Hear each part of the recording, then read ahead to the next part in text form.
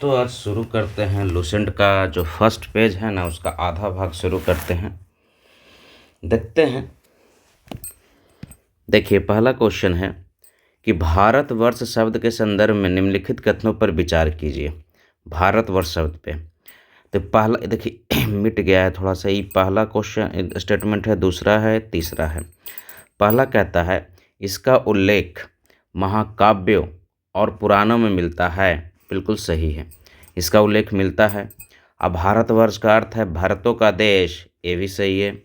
भारत एक प्राचीन कबीला का नाम है जिसका उल्लेख ऋग्वेद में मिलता है, भी भी आई है। ठीक है, ये जो भारत है इसका उल्लेख सबसे पहले कहाँ मिलता है तो ऋग्वेद में होता है। यानी तीनों स्टेटमेंट सही है, यानी कि 1 2 3 तीनों सही है। दूसरा क्वेश्चन है कि भारतीय शब्द का प्रयोग प्राचीन ग्रंथों में किस अर्थ में हुआ है। तो ये हुआ है भरत की संतान के रूप में। किसमें हुआ है? भरत की संतान के रूप में। नेक्स्ट है प्राचीन भारतीय अपने देशों को जम्बू द्वीप क्यों कहते थे। देखिए, भारत का नाम बहुत सारा रहा है, जैसे कि आर्यावर्त है, हिंदुस्तान है, उसी तरह से एक नाम है जम्बू द्वीपे। जैसे हिंदू धर्म में ज़्यादातर पूजा होता है ना, तो देखिएगा जम्बू द्वीपे नमः ऐसे कुछ बोला जाता है। तो इसका अर्थ होता है कि जम्बू यानी जामुन का वृक्ष की अधिकता के कारण इसका नाम जम्बू द्वीप पड़ गया। 4 नंबर क्वेश्चन है कि हिंद शब्द के विकास में सही क्रम बताइए। हिंद शब्द कैसे कैसे विकास हुआ। तो सबसे पहले हिंद शब्द जो है ना ईरान से आया। ईरान से ईरानी लोग बोलते थे, जैसे कि सिंधु नदी को इन लोग हिंदू बोल दिया, यानी स नहीं बोल पाते थे, स के जगह पे हा बोलते थे, तो ईरानी लोग हुआ। यही भी पूछ सकता है कि हिंदी शब्द जो है ये कहाँ से आया, तो फारसी से आया। किससे आया? फारसी भाषा से आया था, ये भी याद रखिएगा। देखिए, सबसे पहले हिंद आया कहाँ से, तो ईरान से। उसके बाद इंद आया। ठीक है, इंद कहाँ से आया? इंदे, यूनान से। फिर आया अरबी लोग। अरबी लोग ने क्या नाम रखा भारत का? हिंद। ठीक है, क्या रखा? हिंद बोला या हिंदू बोलो, जिस जो भी बोल सकते हो। उसके बाद अंग्रेज जब आया तो इसका नाम रख दिया इंडिया। इंडिया किस लिए रखा? तो इंडस नदी का नाम पे रखा गया था। हिंदुस्तान शब्द के संबंध में सही कथन का प्रयोग करें। तो यह फारसी शब्द है जो हिंदू से बना है। तो ये भी याद रखना कि हिंदुस्तान किससे बना है, तो हिंदू से बना है, और यह एक फारसी शब्द है। इंडिया नाम किस भाषा के शब्द पर आधारित है? तो यूनानी इंदे के नाम पे, यानी यूनानी लोग क्या बोलते थे इंडिया को? इंदे बोलते थे। नेक्स्ट है कि विंध्य पर्वत श्रृंखला का ऐतिहासिक महत्व मुख्यतः किससे संबंधित है। तो देखिए, विंध्य जो पर्वत है ना, ये भारत का बीचों बीच भाग में है। ठीक है, यानी भारत को उत्तर और दक्षिण में बांटने का काम कौन करता है? विंध्य पर्वत। तो ये क्या करता है कि भाषाई और सांस्कृतिक का विभाजन करता है। क्या करता है? भाषाई और सांस्कृतिक विभाजन करता है।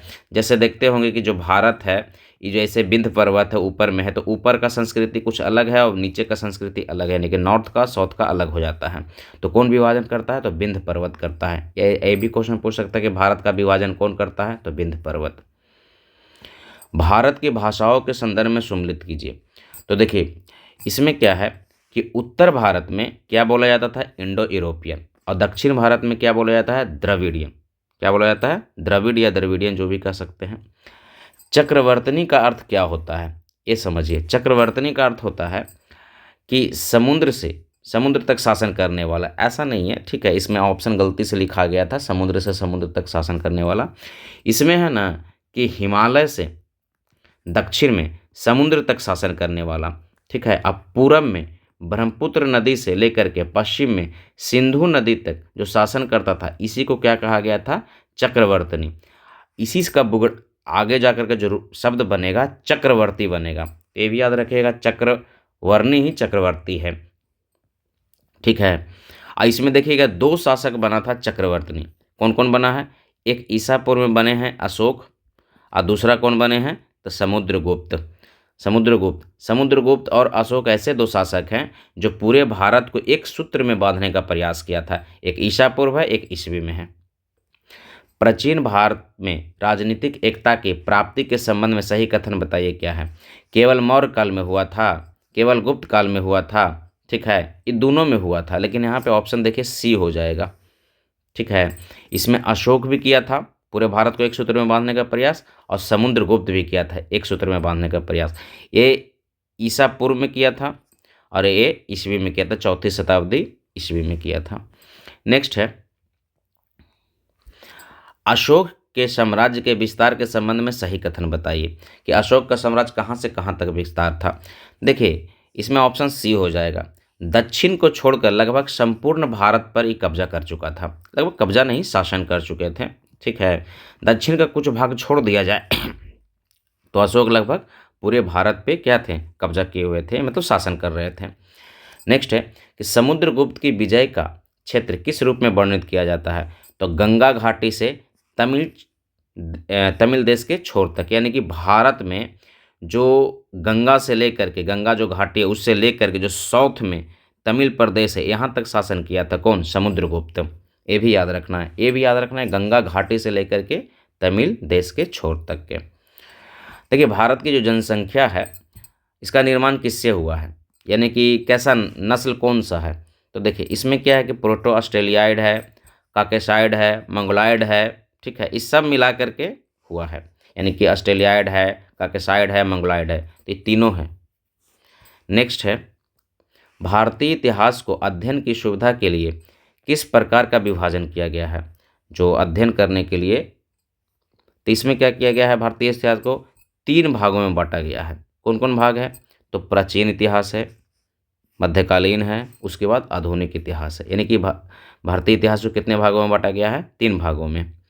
अब देखिए 3 भागों में जो इतिहास बांटा गया है ये कौन बांटा है, इसका श्रेय किसको है, यानी बांटने वाला कौन है कि ये मध्यकालीन रहेगा, ये आधुनिक रहेगा, ये प्राचीन रहेगा, तो ये बांटा है क्रिस्टोफर सेलेरियस ने बांटा है। कौन बांटा है, क्रिस्टोफर सेलेरियस ने बांटा है।